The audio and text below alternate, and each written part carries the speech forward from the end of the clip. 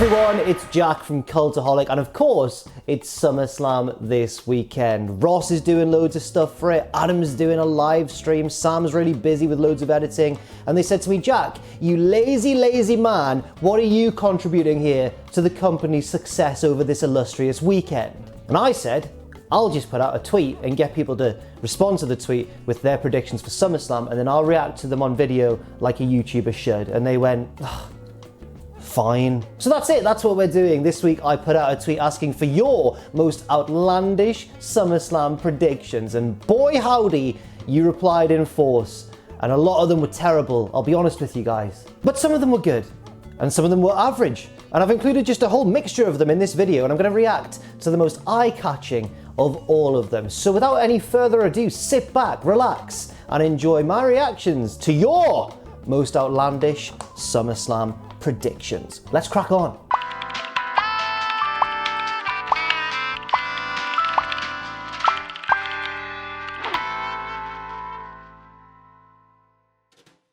So we're starting off strong with this one. Are you ready for it? Goldberg explodes.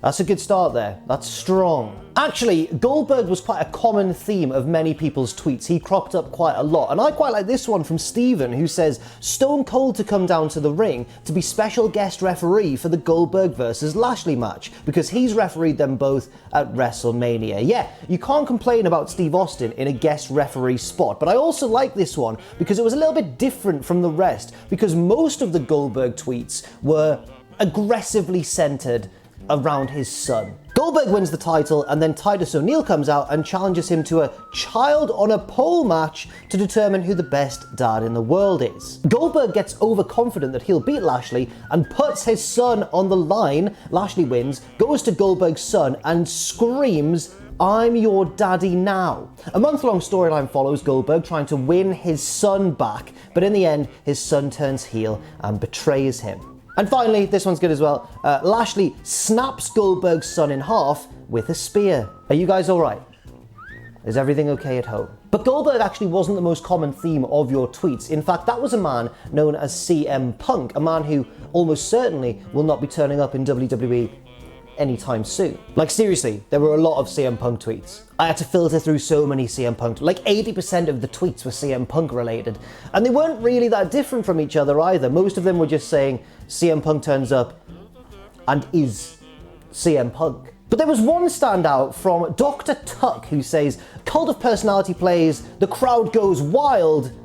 It's Vince in CM Punk cosplay. I like your style, Doctor. I like it a lot. That's very good. This one's quite interesting from RJ. Lights go out, the stadium is quiet, The Rock's music hits. Could it be? Cole says. The spotlight hits the center of the ring. It's me. Everyone boos me relentlessly. I'm scared. How did I get here? I was at home sleeping. I run away as everyone throws tomatoes at me. That one just made me laugh, like genuinely, so click, you're in the video. Send that to your pals, they'll love it.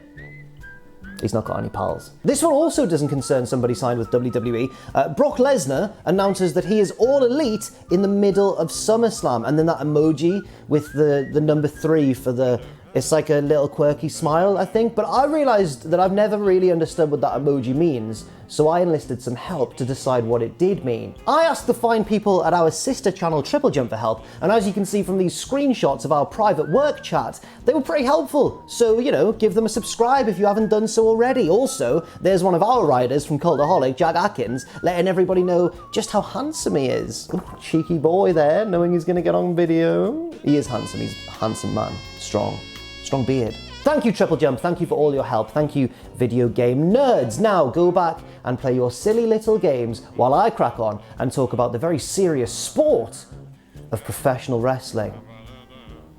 Of course, a few of the Cultaholic guys couldn't resist getting involved with their own predictions too, I presume just to selfishly boost their own meager Twitter followings. So I've just grouped them all together. First up, we have the editor-in-chief of the Cultaholic.com website, that is Mitch.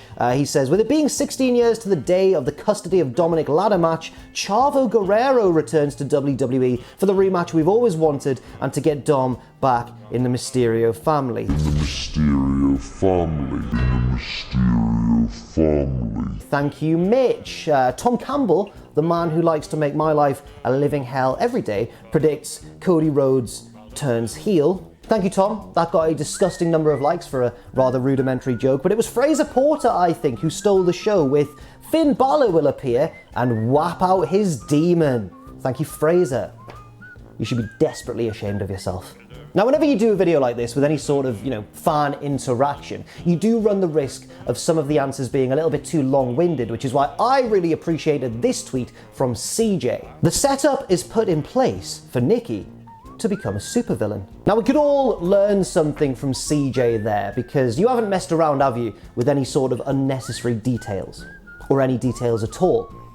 And I respect that. Quite a realistic one here from Daniel, who says Baron Corbin gets beat up by Gable Steveson because he gets attracted to his gold medals and tries to nab them. I can see this one actually happening, especially because if we look at Gable Stevenson's Twitter account, and he didn't get involved with this, we are but a speck on his meaty radar, but if we look at his Twitter, he did tweet saying, I will be at SummerSlam this week.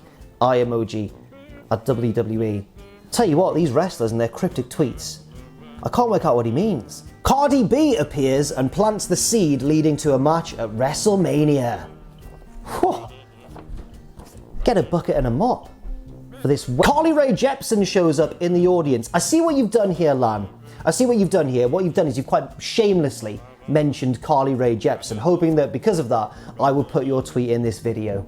And I have done. So congratulations. Eva Marie becomes Sister Abigail. Now, obviously, Bray Wyatt's release was very, very sad, but the only positive of it, I'd say, is that we don't really have to worry too much anymore about tweets like this. And that's no offense, obviously, but we have had to wade through a lot of Sister Abigail theories. I don't mean us as presenters, I mean us, the general online wrestling community. It seemed for a while like every day you couldn't avoid seeing some sort of Sister Abigail theory online. And I think the only upside, really, of Wyatt's release, as I say, is the fact that, we're not going to really see much of that anymore. This next one, though, I can definitely see happening. Yeah, that could well happen. Now it's time for a few very elaborate ones from people with wildly overactive imaginations. I'm glad that Twitter has provided you, by the way, with a safe outlet and kept you off the streets. After the SummerSlam main event, Corbin successfully cashes in his Money in the Bank contract and dethrones Roman Reigns. Cameron Grimes and LA Knight walk in and give Corbin $1 billion.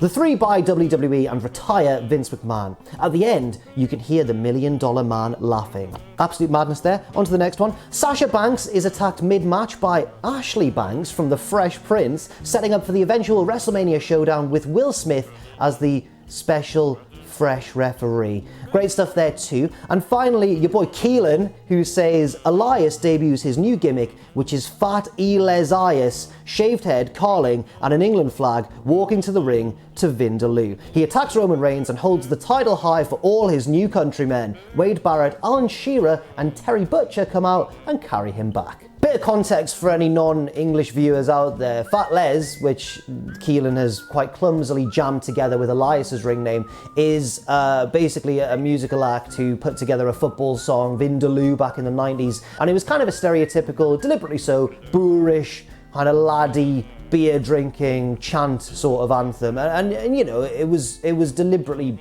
bad, but also very, very catchy at the same time. I've included this one here because not only is Keelan's prediction the single most English prediction I've ever seen on any video I've ever done, but also, before I'd even looked at his profile picture, I had an image in my mind of what Keelan looked like, and man, it's close. It's pretty accurate. Look at him. He's on holiday, he's got his pint, and he loves his football. And I love him. At Becky Lynch returns to cost at Seth Rollins his match against at Edge because she is the man and it's time he stayed at home to look after the baby while she kicks ass. Nice one there from Aquelius. I'm sure that one of them will reply to you soon. And speaking of Seth Rollins, here we go. Seth and Edge change the stipulation to a hair versus hair match, but it's their pubes instead. Classic. Closing shot of one of them with a wax strip being yanked off of their scrotum. Oh man, I didn't want to include We can't possibly finish the video on that one, I'm sorry. So we'll just hand it over to Jimmy Blade, who says Goldberg was a ghost the whole time. Phenomenal stuff. For his whole career? Why not? So there you have it. I've had a wonderful day reading all of your tweets, and hopefully you've had just as much fun watching this video as well. It's SummerSlam this Saturday, of course, and we've got a boatload of content coming your way. Adam's on the live streams, Ross is on the WTF Moments. I'll be doing What Happened At as well after both SummerSlam, and don't forget as well NXT TakeOver, which is on the Sunday, and SummerSlam's on the Saturday, so it's a bit weird, so don't get caught out there, of course. And thank you very much for watching this video. Why, you know what, guys? You know what, right? Why don't you leave some of your predictions in that comment section down below, and then I'll read them, and I might do another video. I won't do that.